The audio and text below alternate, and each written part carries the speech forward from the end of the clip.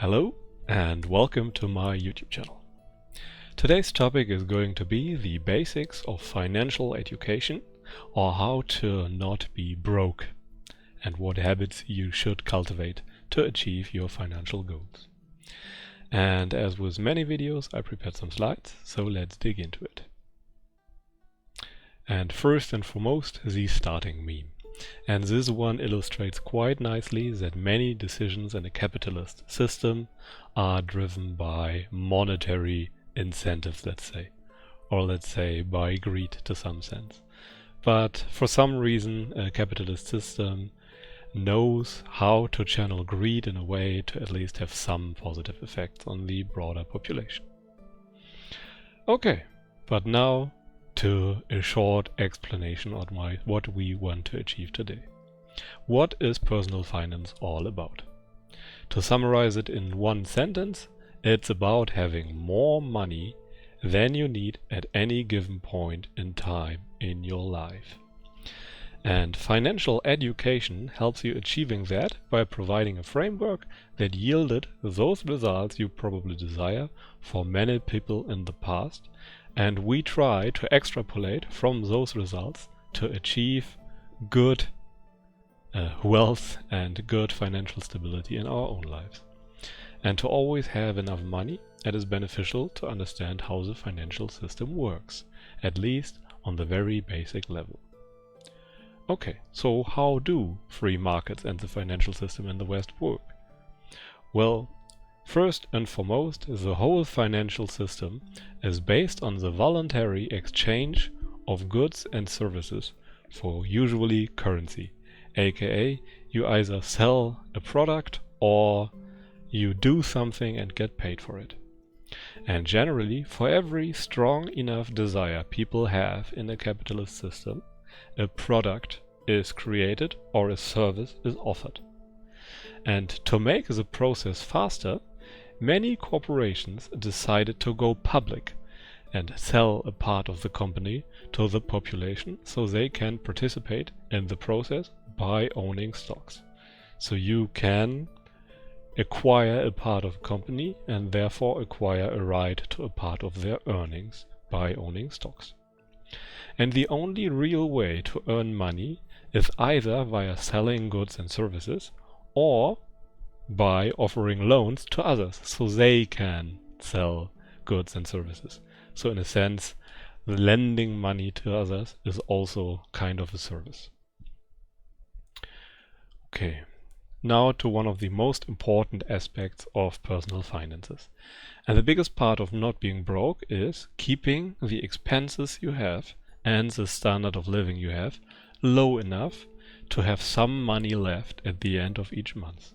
And this involves avoiding getting attached to needless luxury, especially early on in your life. When you are still young, no one expects you to be rich, so there's no need to get attached to luxury. And never spend more than you actually earn. And another big one is getting rid of all bad debt, and this usually means credit card debt.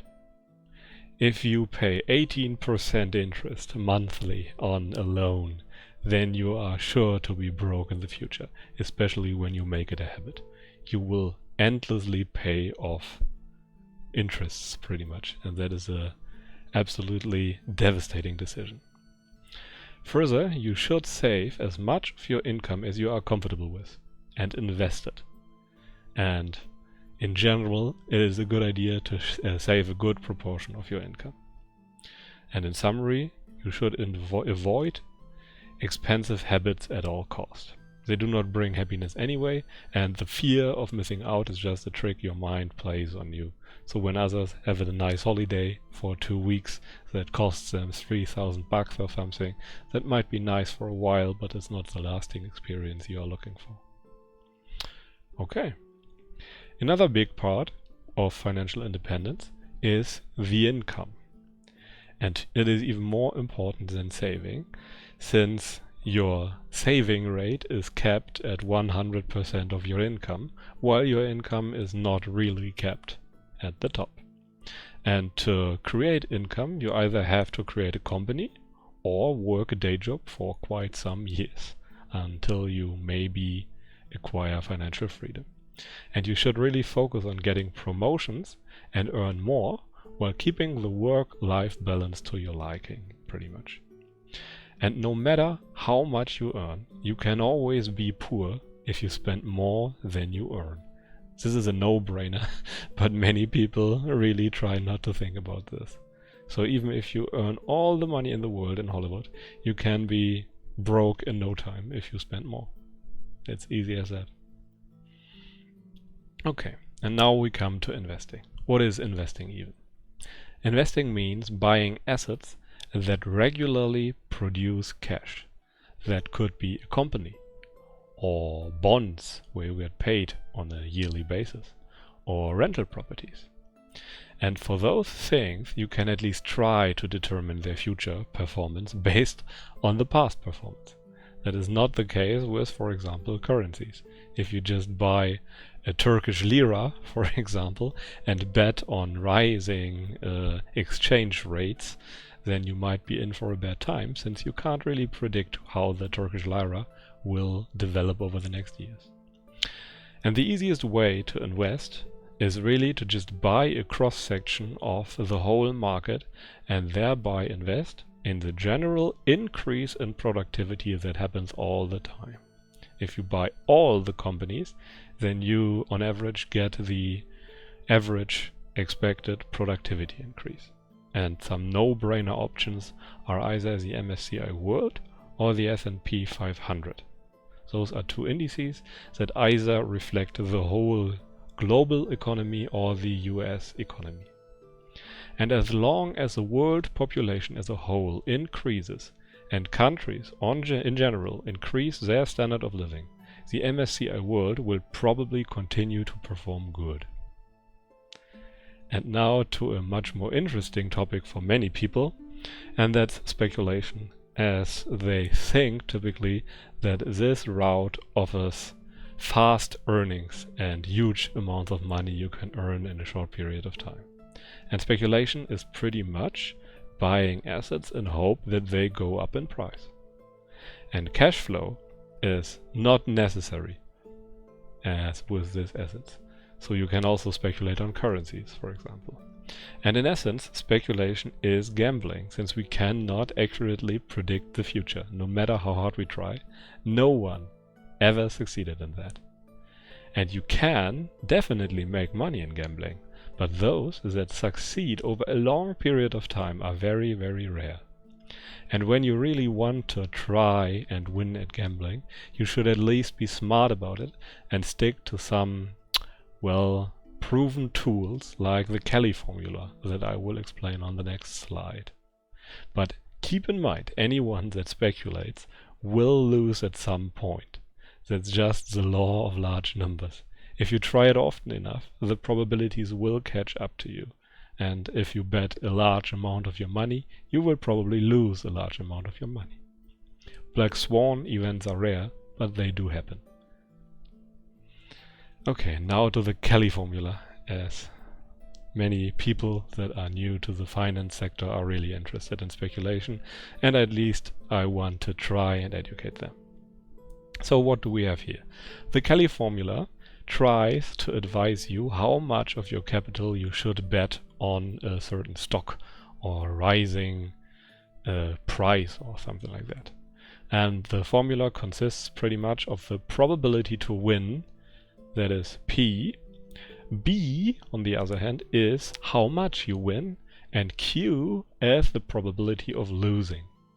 And if you insert those values into a formula and your probability of winning is 80%, well, 60%, I made a slight mistake on this slide, and the probability of losing is 40%, and you win double the amount of your stake, you can bet 20% of your money on it to maximize the chance of long-term success. So if you repeat this experiment over and over again, then by betting those values, you will do pretty good. You will lose after 10, 15, 20 years nevertheless, but it still maximizes your chances. It's really hard to get the probabilities right, but you at least try to make an attempt and stick to some kind of framework that is not your emotions like greed. Okay, now to a small summary. What are the takeaway points of this video? First, the most important thing is to work on your financial education to be successful with finances, and that's pretty much true for everything. Work on it for at least a year daily and acquire knowledge from successful and trustworthy people, as the finance sector is full of people that try to sell you something and full of people that pretty much run pyramid schemes, and you should avoid them at all costs. If someone wants to sell you something, they have probably bad intentions and should be avoided. The second most important thing is getting rid of all bad debt as soon as possible. If you have credit card debt, just get rid of it. Pay it off as soon as possible. It will accumulate over time and it can ruin you financially. Then it is very important to keep your expenses and your standard of living low. No cars and houses in your teens or tweens. They should be avoided as much as, for example, creating a family when you have no income. It will ruin you financially. There's pretty much no way out of it.